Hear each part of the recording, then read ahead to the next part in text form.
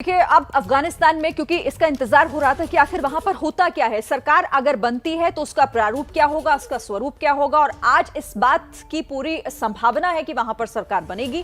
बात करने के लिए कई खास मेहमान और हमारे संवाददाता हमारे साथ जुड़ रहे हैं। आशीष कुमार सिंह मेरे साथ जुड़ रहे हैं, कमर आगा रक्षा एक्सपर्ट हमारे साथ इस बातचीत में जुड़ेंगे, साथ ही पूर्व राजदूत विवेक काटजू भी मेरे साथ जुड़ेंगे जो कि अफगानिस्तान में पूर्व राजदूत रह चुके हैं। लेकिन सबसे पहले हम एक्सपर्ट्स के पास जाएं। पहले अपडेट के लिए सीधा मैं आशीष के पास आऊंगी। आशीष, आज सरकार गठन को लेकर तस्वीर साफ हो जाएगी कि आखिर अफगानिस्तान में अब किसकी चलेगी और किस तरीके से सरकार बनने जा रही है। क्या कुछ फिलहाल हमारे पास अपडेट है इसे लेकर? देखिए, लगभग क्लैरिटी है कि गवर्नमेंट कैसी होगी। ज़बीउल्लाह मुजाहिद ने ये खुद ही बयान दिया था कि आज संभवतः वो ऐलान कर देंगे कि उनकी गवर्नमेंट कब चार्ज लेने वाली, उसका प्रारूप क्या होगा। मैं फिर से दोहरा देता हूँ कि ये खबर हम ही ने सबसे पहले अपने दर्शकों को बताई थी कि मुल्ला अखुंदज़ादा जो कि आमिर की भूमिका में होंगे, कांदाहार में बेस्ड होंगे, और जो एग्जीक्यूटिव ब्रांच होगी गवर्नमेंट की वो काबुल से चलेगी, जिसको हेड करेंगे मुल्ला बरादर। वो प्रधानमंत्री या चेयरमैन काउंसिल के बनाए जा सकते हैं, जो कि एक सुप्रीम काउंसिल बनाई जाएगी। 11 से करीबन 70 सदस्य उसमें हो सकते हैं। तो कुछ ऐसा प्रारूप रहने वाला है शिरीन। अलग अलग लोगों को अलग अलग मंत्रालय दिया जाएगा। सिराजुद्दीन हक्कानी को होम मिनिस्टर बनाया जा सकता है तालिबान की सरकार में। इसके अलावा मुल्ला याकूब जो कि मुल्ला उमर का बेटा है, उसको डिफेंस मिनिस्टर बनाया जा सकता है। जो व्यक्ति, जो तालिबान नेता सीधे पंजशीर में अहमद मसूद से बात कर रहा है, आमिर खान मुताकी, उसको विदेश मंत्री बनाया जा सकता है। ये चीज़ें पहले से जानकारी में है, लेकिन आज इसी का इंतजार है। जैसा कि मैंने आपको कहा कि ज़बीउल्लाह मुजाहिद ने खुद कहा था कि आज इस बात का ऐलान कर दिया जाएगा कि तालिबान की सरकार किस दिन चार्ज लेगी और किस तरह का प्रारूप होगा। तो बस इसका इंतज़ार है। फिलहाल इस बात की औपचारिक कोई घोषणा नहीं की गई कि आज कितने बजे इसका ऐलान होगा, लेकिन इस बात की प्रबल संभावना है कि आज ही तालिबान अपनी सरकार का ऐलान कर देगा। ठीक है, अब मैं कमर आगा सर आपका रुख करूंगी। आपको क्या लग रहा है, क्योंकि अब जो तस्वीर साफ हो रही है, हालांकि पहले से इस बात के संकेत थे कि सुप्रीम लीडर जो है वो अखुंदज़ादा, लेकिन यहां पर बरादर की अगुवाई में सरकार बनने जा रही है। हाँ, लेकिन सुप्रीम लीडर के लिए उन्होंने कहा था कि वो वहाँ पे रहेगा। अखुंदज़ादा जो है वो काबुल में नहीं रहेंगे, बल्कि दूसरी जगह पे रहेंगे जो उनका हेडक्वार्टर है पहले का, और वो ही मेन लीडर होंगे। ईरानियन मॉडल वो ये कुछ अडॉप्ट करते हुए नज़र आ रहे हैं, जो इस वहाँ पे है कि सुप्रीम लीडर एक होता है, फिर जिसके पास रियल अथॉरिटी होती है, रिलीजियस एंड पॉलिटिकल भी ज़्यादातर, और फिर उसके अलावा वहाँ पे एक प्रेसिडेंट। ये कह रहे हैं कि हम प्राइम मिनिस्टर भी बनाएंगे। शायद सिराजुद्दीन हक्कानी का नाम चल रहा है और मुल्ला याकूब का भी नाम है, लेकिन अब रिपोर्ट्स ही आ रही हैं याकूब को डिफेंस मिनिस्ट्री दी जाएगी, सिराजुद्दीन हक्कानी को प्राइम मिनिस्टर का नाम। ये सब अनकन्फर्म रिपोर्ट है। दूसरी तरफ ये भी है कि उन्होंने अपनी सेना से कहा है कि वो वापस आ जाए, और तो ऐसा लगता है कि सेना एक तरफ रहेगी, और फिर जैसे कि वहाँ पे ये जो है ये तालिबान की जो सेना है, ये रिलीजियस आर्मी की तरह वहाँ ऑपरेट करती हुई नज़र आएगी। इस तरह की बात है।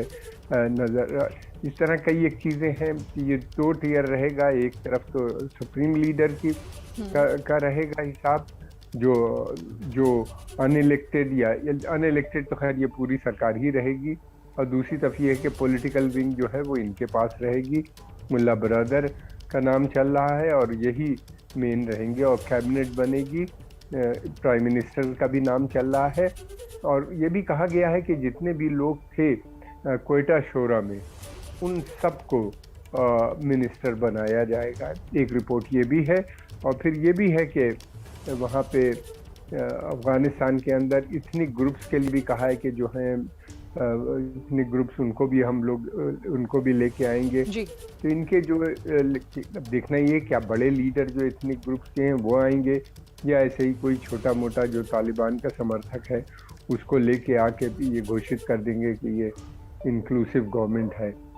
फिलहाल इनका पूरा कंट्रोल ऑलमोस्ट पूरे मुल्क पे है, पंजशीर को छोड़ के। यहाँ पे बड़ी भयंकर लड़ाई चल रही है। रिपोर्ट्स के हिसाब से ये भी है कि इन्होंने कब्जा कर लिया, लेकिन कॉन्फ्लिक्टिंग रिपोर्ट्स हैं वहाँ पे, और ये लगातार आगे बढ़ रहे हैं। ये तय है कि ये इनका अपना शासन आज अनाउंस कर देंगे। ये डिले इसलिए कर रहे थे कि अमेरिकन सोल्जर अभी भी हैं वहाँ पे थे। ये कह रहे थे कि जब आखिरी सोल्जर चला जाएगा तभी हम अपनी सरकार का गठन करेंगे। दूसरी रिपोर्ट्स ये भी हैं कि आपस में पोर्टफोलियोज को और पावर के डिवीजन को लेके थोड़े से मतभेद भी बने हुए हैं तालिबान के अंदर के ग्रुप्स में, ठीक है लेकिन ये अभी पूरी डिटेल सामने नहीं आ पाई। ठीक है सर, तो देखिए अब क्योंकि तस्वीर लगभग पूरी तरह साफ हो गई है, अब सिर्फ अनाउंस होना बाकी है और इस पर लगातार हमारी नजर भी है। विवेक काटजू सर भी हैं। सर, मैं आपके पास आऊंगी और मैं इस बात को समझूंगी कि जो तालिबान अपने आप को बदलने की बात कहता है वो सरकार में उसका क्या स्वरूप होगा बदला हुआ। बयान सामने आए हैं तालिबान को लेकर। भारत के विदेश सचिव ने कहा कि तालिबान के साथ हमारा संपर्क सीमित तौर पर है। ज्यादा जानकारी के लिए आशीष का रुख कर लेते हैं। आशीष, क्या है इस बयान में? बिल्कुल, आप जिसका जिक्र कर रही थी, देखिए सबसे बड़ी बात फॉरेन सेक्रेटरी का ये कहना कि उनकी जो अभी तक तालिबान के साथ संपर्क है भारत का वो लिमिटेड है। ये बात सही है कि संपर्क अभी तक लिमिटेड है, कोई बहुत स्केल अप नहीं किया गया है, पहले तालिबान का रवैया देखा जाएगा। लेकिन मुझे लगता है सबसे बड़ी बात उन्होंने कही है कि अभी तक के एंगेजमेंट में ऑन रिकॉर्ड जो ऑफिशियली हुई और जो बैक चैनल बातचीत चल रही है indicates they will be reasonable in the way they handle things. मुझे लगता है ये बहुत बड़ा स्पेल आउट किया है भारत की नीति को, भारत की अभी तक तालिबान के साथ एंगेजमेंट की समझ को। तो भारत ने कम से कम फॉरेन सेक्रेटरी के इस बयान से एक पोजीशन ले लिया है और वो पोजीशन ये है कि भारत का अपना आकलन है कि तालिबान इस बार रीजनेबल साउंड कर रहा है। तो मुझे लगता है कि आगे चल करके ये और रेप्लिकेट हो सकती है। आगे कुछ सकारात्मक कदमों में भारत की तरफ से एक बार वहां पर सरकार इन प्लेस हो जाए, जिसकी मैं और आप शिरीन बात कर रहे हैं, संभव है कि उसका आज ऐलान कर दिया जाए। लेकिन ये बहुत बड़ा रिमार्क है फॉरेन सेक्रेटरी का भारत की तरफ से तालिबान के बनिस्बत। विवेक काटजू सर, इसी पर आपका रिएक्शन, आपको क्या लगता है ये आकलन किस तरह का है? इस बयान को आप कैसे समझ रहे हैं? इससे साफ जाहिर है कि जो भी तालिबान से बातचीत हुई है वो काफी गहराई में, उनकी जो नीति होगी उसके बारे में भी कुछ बात हुई है और इसीलिए विदेश सचिव ये कह पाए हैं कि हमें लगता है कि वो रीजनेबल माने कि जो उनका शासन का स्वरूप था, जो उनकी नीतियां थी 1990 के दशक में, वो पूर्ण तरह से लागू नहीं। यानी जिस तरह वो स्त्रियों के मामले में व्यवहार करते थे, जिस तरह उनकी धार्मिक पुलिस का ये जाती थी काबुल में और शहरों में तंग करती थी लोगों को, वो नहीं है। ये अनुमान हमारा अभी है, लेकिन अब ये देखना है कि जमीन पर तालिबान की नीतियां कैसे लागू हों। तालिबान ने खुद कहा था कि अभी उनके जो कार्डर्स हैं, जो काबुल में हैं और शहरों में हैं, वो अनट्रेन्ड, उनको पता नहीं कि किस तरह लोगों से व्यवहार करना चाहिए। इसीलिए ये उनका कहना सही है, गलत है, लेकिन जो वो कह रहे हैं, इसीलिए उन्होंने कुछ कदम उठाए थे। स्त्रियों से कहा था आप अभी घर में रहिए, क्योंकि हमारे जो लोग हैं उनको पता नहीं कि आप किस तरह व्यवहार करना चाहिए। अब ये आगे चल के देखना है। लेकिन एक चीज मैं आपसे कहना चाहता हूँ, इजाजत दें, सरकार की तरफ जी सर, और आपके जो दर्शक हैं उनको शायद की जानकारी में दिलचस्पी।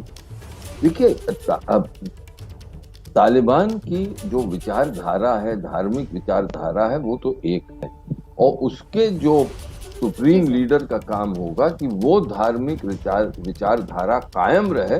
जब नीतियां बने तब उन नीतियों में और धार्मिक विचारधारा में विरोधाभास था। एक चीज तो।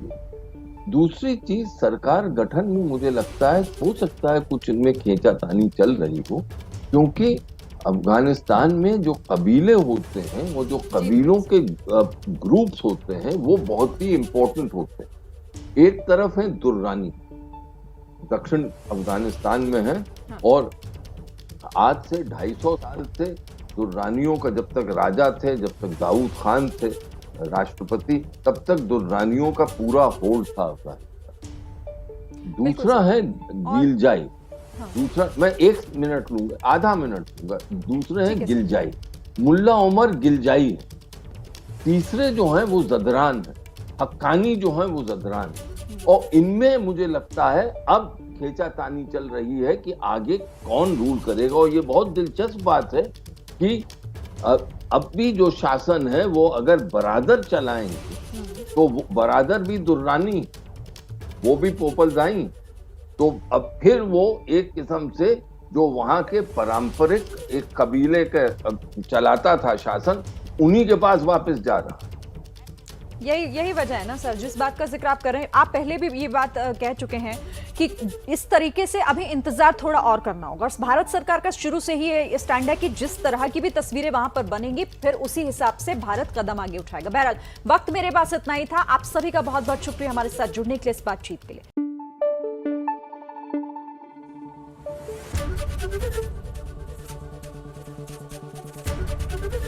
एबीपी न्यूज आपको रखे आगे।